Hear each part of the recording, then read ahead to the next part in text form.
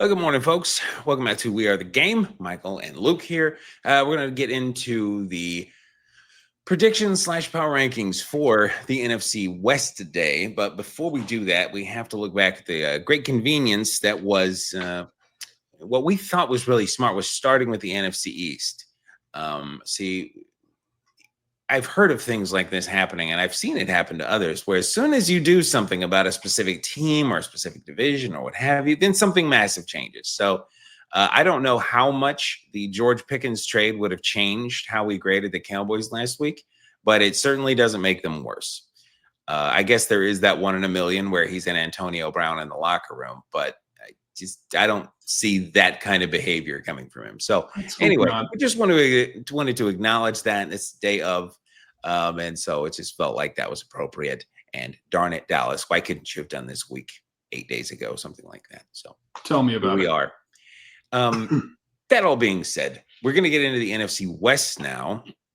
And again, our predictions aren't just like, this is an A-tier team, this is a B-tier team, and things like that. We want to say, yeah, they're on top, but also at the same time, we're going to put them in a range of wins and losses right now until next week when somebody trades for somebody. It better be the Cardinals. And so we'll see how that goes. So to kick us off, I've asked Mr. Michael to give me his impressions of what I said LA Rams, right? We're starting with the Rams? Yes. Let's do the Rams. What the Rams are going to do, we're going to use our trusty tier maker tool, and then we're going to get these kind of sorted out. So off to the races, Michael. The floor is yours. Yeah, so looking at the Rams, I think everyone, okay, maybe not Rams fans, but everyone else probably looks at last season and says, maybe they overachieved a little bit, more than was expected. I think their defense held up pretty well. Their offense was the worst in their division, and still that was the best overall record, sort of, over the Seattle Seahawks. So it was kind of an interesting starting place to look at. They also had a very short draft compared to a lot of teams, so it was kind of interesting to kind of go back over that. They did make some interesting splashy moves, which I appreciate because it makes it more entertaining. I do think that ultimately their offense is going to be better this season. They should be. With some of their additions, I will be predominantly interested to see how they're going to use Terrence Ferguson with Tyler Higbee as he's aging, but just see how that dynamic works out. Are they going to run tight end sets that are double and all that sort of stuff, and make their offense a little bit more dynamic going forward? They've also made a couple of pickups to shore up their defense even more. The defense in that division, anyway, was pretty solid. With all that being said, I still feel like they're a little fragile as a team as a whole. It just seemed like it didn't take a lot to either have them boom or bust in games. So with that being said, that was the longest-winded way of saying that looking at their season ahead, I'll put them in the 8 to 12. I do think they're going to have some success because I do think that there are some teams who have potentially other problems. But I think that's where I will put them. Hopefully that's a relatively safe bet. With you, how do you think that will work, or how do you think the Seahawks fit into this division this year? Yeah, right here. No. Yeah, so Seattle's done a lot of interesting things this offseason. They actually have one of the more interesting off seasons of any team, I feel like. They changed quarterbacks. They went from one kind of reclamation project to another, oddly enough. I still don't have complete trust in Sam Darnold. It's not that I didn't like what he did last year with the Vikings. It's that I can't ignore the previous 8 years or whatever it was. And so 7 years, whenever it was. So if they get 2024 Sam Darnold, they're gonna be in that right here. They're gonna be right there. Mm-hmm. But they don't have Minnesota's offensive line. I'm pretty sure they didn't get Justin Jefferson. While I do like Jackson Smith and Jigba, I don't know that I like him that much. There's a reason why the Rams gave up Cooper Kupp.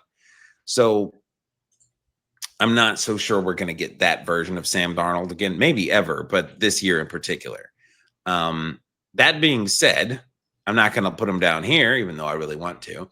Their defense is coming back around. And I say coming back around. They're not Legion of Boom yet, but man, They have a nasty D line and maybe one of the best corners in the league. So all that put together, and this is going to get really boring, but to me, it makes the division very interesting. I've got to put them up here with the Rams. And I mean, I don't know if they're going to be, here or here, how this is going to go exactly, but essentially up in the same range as where I'd have it. And obviously with the overlap, as people could see, that could mean that, oh man, this 8-win team technically fits into this bracket, but no, we think more likely here. It should be quite interesting. As much as I constantly wish for their demise, I think it's not going to happen this year. Obviously, the losses I should address of DK Metcalf and Tyler Lockett will be felt. But they just have a way, and I really think their defense is going to become their strength this year. So, yeah.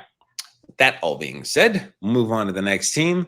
Tell me what you think about San Francisco. Well, San Francisco, I thought, had a really interesting draft. I mean, it's like they tried to draft an entirely new defensive line, or maybe the heir apparent to their current line. We'll see how they end up playing that.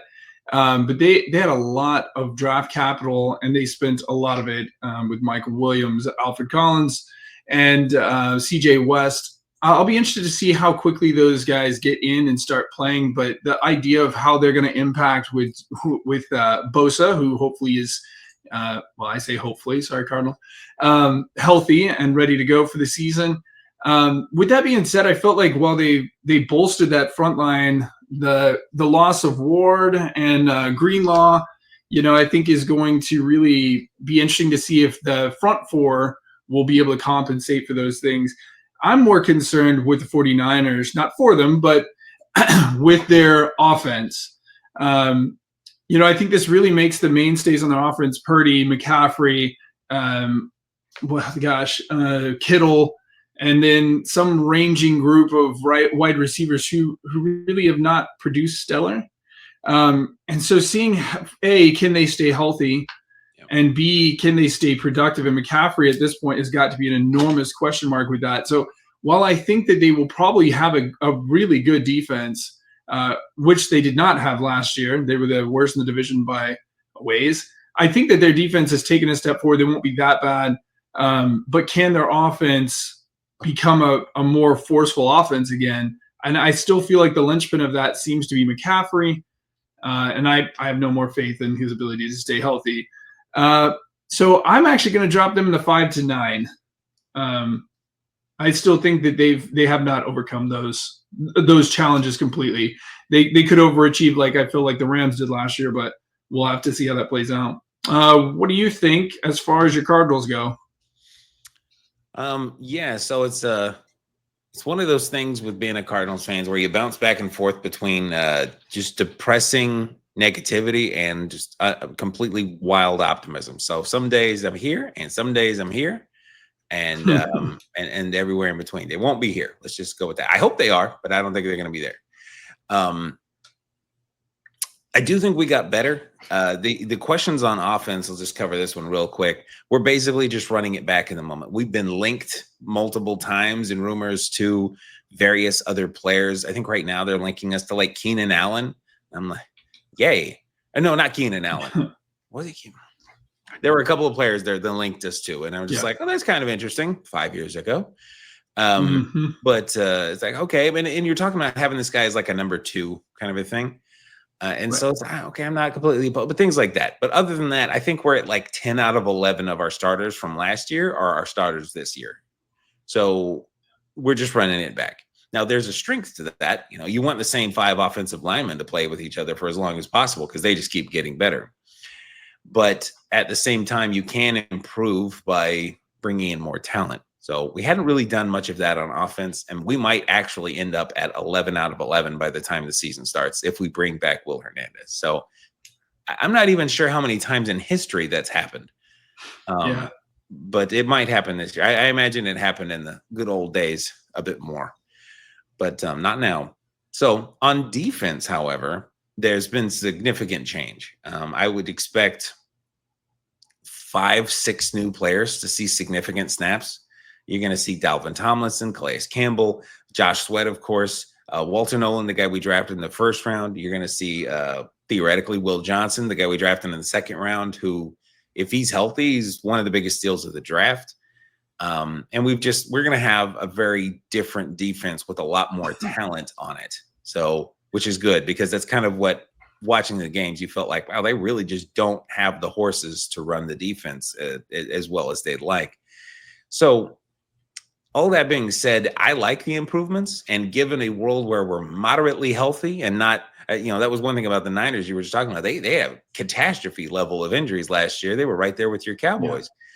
Yeah. And if we can avoid that, then I think we can have a significantly better year. So, I mean, this is why I was talking about it getting kind of boring. I was just like, I'm putting us in the same bracket as like the Rams and the Seahawks. And technically, we all ended in that bracket last year. And I think the Niners were exactly where they are. Right. I don't think anything's going to change in that regard. It's very possible one of these teams could implode, of course. But outside of that, something just doesn't work. Sam Darnold with the Seahawks just doesn't work. He's reverted to New York Jets Sam Darnold. Please, Lord. Outside of that, I think this is kind of what you're going to see. Seattle's going to be driven by their defense. The Rams are going to be driven by kind of their defense, but also whatever's left with Matt Stafford. And if you have doubts about Matt Stafford, don't feel bad, because you know who has doubts about Matt Stafford? This team right here, because he had to twist their arm to get a 1-year deal. The Niners we've talked about before, just a brief summation, they're really interesting. And the stuff you talked about is absolutely correct. And I'm just scared to doubt that management team, that coaching staff, because they've just done a great job of putting together talent. Christian McCaffrey goes down. Oh man, their run game is going to be terrible. Elijah Mitchell goes down. Oh, it's going to be even worse. And then Jordan Mason comes in and is like the number one fantasy running back for 8 weeks. We have a fun debate. It is. If I were doing this power ranking by myself, I'd have put San Francisco here too, to be honest. In the same. I get it. And I think we might be one of the more entertaining divisions in football this year because of how close everybody is. But that all being said, I've droned on long enough. This is kind of where I would land for the most part. So anyways, that all being said, I hope that the Cardinals are better than this. That's just the only thing that really matters at the end of this. Well, I think looking at the points differentials for all of these teams from last year, the Cardinals were the highest scoring offense of any of the teams, of all of these teams. And they were the second best defense. It's like, we talked about this a number of times. It's like they found ways to win, to lose last year rather than finding ways to win. And it felt like that's what kind of gave up the division in many ways.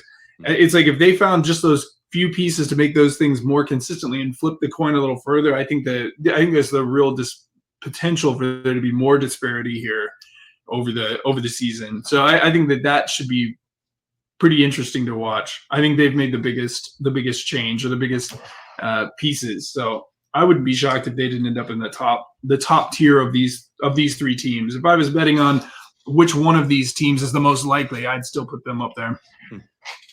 We'll have to see how it plays out. That's for sure. Yes, we will. But that pretty much wraps up our NFC West predictions for now. Next week, we'll get into, I think, maybe the NFC North, which is similarly going to be one of the most fun divisions in football to watch again, kind of similar to last year.